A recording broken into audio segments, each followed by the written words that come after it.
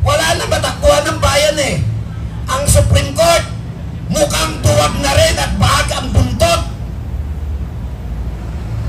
Ilang beses na hanggang ngayon, hanggang 2025, ay hindi dinidinig ang Maharlika Fund, ang PhilHealth Funds, at kung ano-ano pang mga pera, napakaraming pera.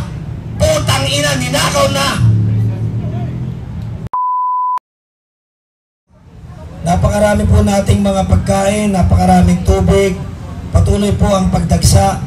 Kaya sa mga kasama po natin na nagugutom, tinabilang po natin dito sa loob. Kaya kung meron po nagugutom, feel free para po sa ating lahat to, wala pong bayad dyan.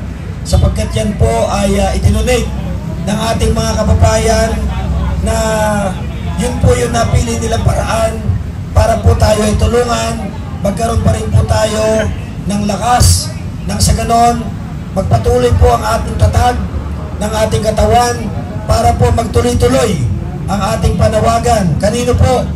Ngayon po ay nasa harap po tayo ng Campo Aguinaldo at kinakatok po natin ang puso ng ating Chief of Staff, ang mabuting General, si General Romeo Browner Jr. na sana po ay pakinggan niya ang taong bayan, no? Mga kababayan, nandito po tayo ngayong gabi, nagsusumbong tayo sa kanya. Kasi wala na po tayong matakbuhan eh. Dahil itong mga politiko natin, mga tengang kawali na. Talagang mga tirimpli na po yung kanilang pagkahayop, no? Tirimpli na ang kanilang pagkagahaman at pagkakapal ng muka. Wala na tayong matakbuhan. Kaya nga po nandito tayo sa Campo Aguinaldo ngayon. Sana po ay naririnig ang ating tinig. Nababasa naman po ninyo ang ating nasa likuran. Ito po ang ating ipinapanawagan ngayon doon sa mga nakakaintindi. Bakit daw Campo Aguinaldo sinusugod natin? Eh samantalang ang problema nga, ang ulo ng problema ng ating bayan ay naandun sa Malacanang. Eh yung Malacanang,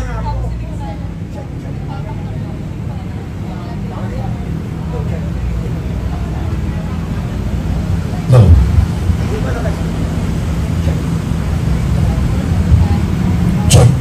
Yung Malacanang nga po, after a year ng kanyang panunungkulan, nanawagan na ho tayo.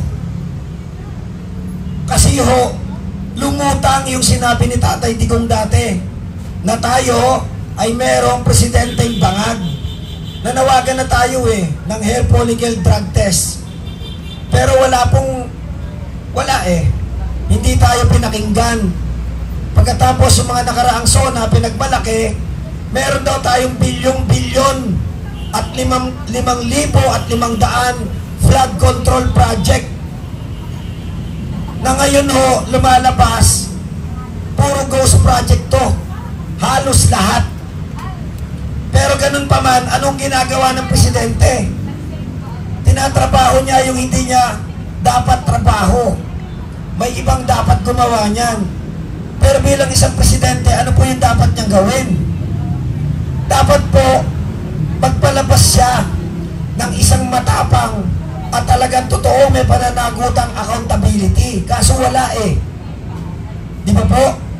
Tama ba ako mga kababayan? Tama. May accountability ba ngayon? Wala. Wala. May nakikinig pa sa ating reklamo? Wala. Kaya po tayo nandito sa Campo Aguinaldo.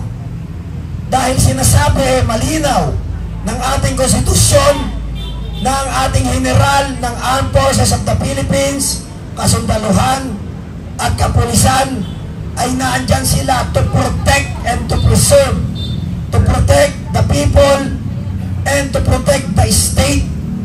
Rampat na po yung pagnanakaw Kahit nga po yung mga kapatid nating kapulisan nandyan ngayon nakikinig. Nasaan na yung kanilang PBB? Binibigay pa sa kanila? Kahit tanungin ko sila, hindi sila sasagot. Pero sa puso nila, alam nilang ginagago rin sila ng gobyernong ito. Kaya nga po pasahin natin, ano sabi? General Browner, the people want to talk with you. Kaya po tayo nandito. Kaya yung mga nandyan po sa social media, ang dami nyo ring reklamo, ang dami nyong kiyaw-kiyaw, ba't wala kayo dito? ipakita natin ang numero ng mga kababayan natin na gustong manawagan kay General Bronner. Pasensya ka na, General Bronner. Nandito po kami, pakinggan nyo kami. Hindi dapat ang gobyernong magnanakaw ang iyong pinoprotektahan. Hindi dapat pinagtatakpan ang mali ng kasalukuyang administrasyon. Wala na matakbuhan ng taong bayan eh. Yung putang inang kongreso, puro magnanakaw na yun nandyan, tama? Sabihin nyo nga, putang inang kongreso. Lakasan nyo, putang inang kongreso. Putang inang senado. Putang inang senado. Galit na ba kayo? Bakit tayo nandito, nananawagan tayo ng tulong kay General Bronner, tama? Yun ang dahilan. Hindi ano pa man kaya tayo nandito. Kaya yung mga nandyan, magpunta kayo dito, kailangan natin ng numero. Sino ang paniniwalaan? 10, 20, 30. Matitinag pa natin si General Bronner. Kukunti pala kayong mga bukong kayo eh. Tama, mali? Magpunta kayo dito. Alam ko may pasok bukas. Pero hinihingi ng ating sambayanan, ng ating inang bayan, ng ating kabataan, ang inyong sakripisyo. Lumabas kayo. Kung hindi tayo magtutulong-tulong, hindi tayo magsasama-sama, hindi lalakas ang ating tinig sa laki ng pader ng Campo Aguinaldo, maririnig pa tayo? Maririnig pa tayo? Hindi tayo maririnig. Kaya nga yung mga political na kulay ninyo, putang ina, itabi nyo yan. Hindi natin kailangan magpataasan dito. Taong bayan, tayo, kayo, ako, ikaw, apektado tayo, pati ang ating mga kapatid na kapulisan. Walang tutulong mga kababayan, wala. Kaya yung mga iba dyan na nagmamagaling simula kagabi, bakit nyo nilusob ang Campo Aguinaldo? Gonggong! Hindi namin nilusob ang Campo Aguinaldo. Nagpunta kami dito, malinaw ang sinasaad ng aming panawagan ng United People's Initiative. General Bronner, pumanig sa bayan, pumanig sa kinabukasan. Isa pa, General Bronner, it is time you support the call of the people. Nagmamakaawa tayo, taong bayan, tama? Wala na tayong malalapitan. Mismong ang Supreme Court, mukhang mga duwag na rin. Sapagkat hanggang ngayon, indefinite, hanggang 2025 na alam naman natin napakaraming inilagay na putang inang insertions, hanggang ngayon hindi tinitinig. Correct. Ang COMELEC, talo na si Abante, tama? Tama. Bakit putang inang nakaupo yung Abante na putang inang yan? Ang Gabriela, talo, tama? Tama. Ang Duterte Party List, panalo, tama? Bakit putang ina komunista ang ipinalit? Hindi Duterte Party List na alam naman nating neutral at para sa kabataan, para sa taong bayan. Bakit komunista ang ipinalit? Lahat ng sangay ng gobyerno, wala na tayong mapili, wala na tayong maitangi. Sagutin niyo ako ng malakas. Sagutin niyo ako ng malakas. Ang ehekutibo ba ay kurap? Magnanakaw! Ang judiciary ba ay walang pakialam? Wala! Eh, paano yung kongreso? Anong meron na doon? Magnanakaw! Ulit, anong meron na doon? Mga magnanakaw! Putang ina nyo, huwag nyo kaming gaguhin. Ang ipinalit nyo kay Tambaloslo, si Bojiti, isang land grabber, at isa ring bukang pera. Yes, isang mandarambong. Galing sa pamilya ng dinastiya, si Bojiti. Sino ginagago niyo mga putang ina nyo? Ginagago ba tayo? Ginagago ba tayo? Ginagago! Bakit nandiyan pa rin kayo nanonood? Hindi kayo magpunta rito. natin inaaway ang kasundaluhan, lalo na ang ating Chief of Staff. Nandito tayo, gusto nating iparamdam na hirap na tayo, galit na ang taong bayan, pero umiiyak na lang tayo sa ngit-ngit. Wala tayong magawa, putang inang gobyerno to, tama? Sino ang tutulong sa atin? Sabi ng konstitusyon, ang Armed Forces of the Philippines shall protect its citizens, protect the people, protect the state. Tama? Tignan ninyo yung mga kapulisan natin, mga kapatid.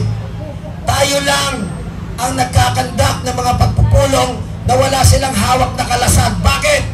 Alam nila, hindi nila tayo kalaban. Tama? Tama. Sino ang kalaban? Ang magnanakaw. Ang magnanakaw. Ilang doble. Meron ang pader ng Campo Aguinaldo at gaano kalakas na tatagos ang ating tinig para pakinggan tayo ng ating mahal na general. Taong bayan, kailangan namin kayo.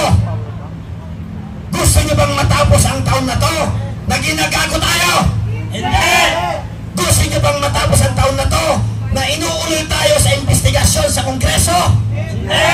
Gusto nyo bang matapos ang taon na to na pinapaikot pa rin tayo ng putang inang gobyerno? Hindi!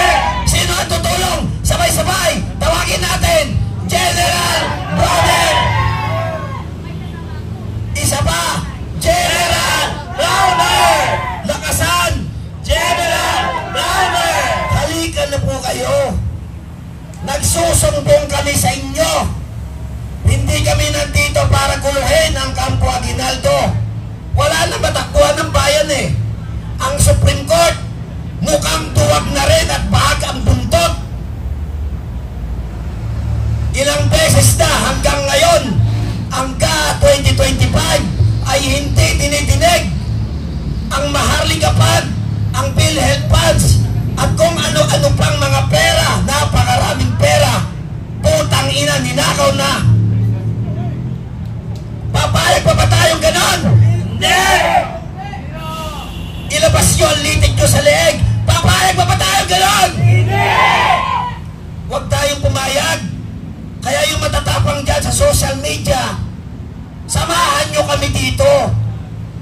Ang kailangan nila, maipakita natin na tunay ang bansang Pilipino, iyak na, sakit na. Eh kung sasampu tayo dito, sino maniniwala sa atin? Meron ba? Wala! Lumabas kayo! Yan ang tanging solusyon. Nandito kami, 5 araw na kami, hindi kami nagrereklamo, pero ang ginagawa namin para din sa taong bayan, para sa inyo. Pero kayo, nandyan kayo sa social media, puro lang kayong tapang, wala naman kayong magawa. Kung ganito ang mangyayari sa ating bayan, kung walang natitirang matapang na Pilipinong lalaban, putang ina, matulog na lang tayo pare-parehas. Tama? Tama! Pumunta na kayo dito, magsalita kayo dito, manawagan kayo, mabuhay ang Pilipinas! Mabuhay! Teka lang, may sisingit lang ako. Nakikita ko yung mga posts ni Sas, nila Joey, yung mga favorite vloggers natin.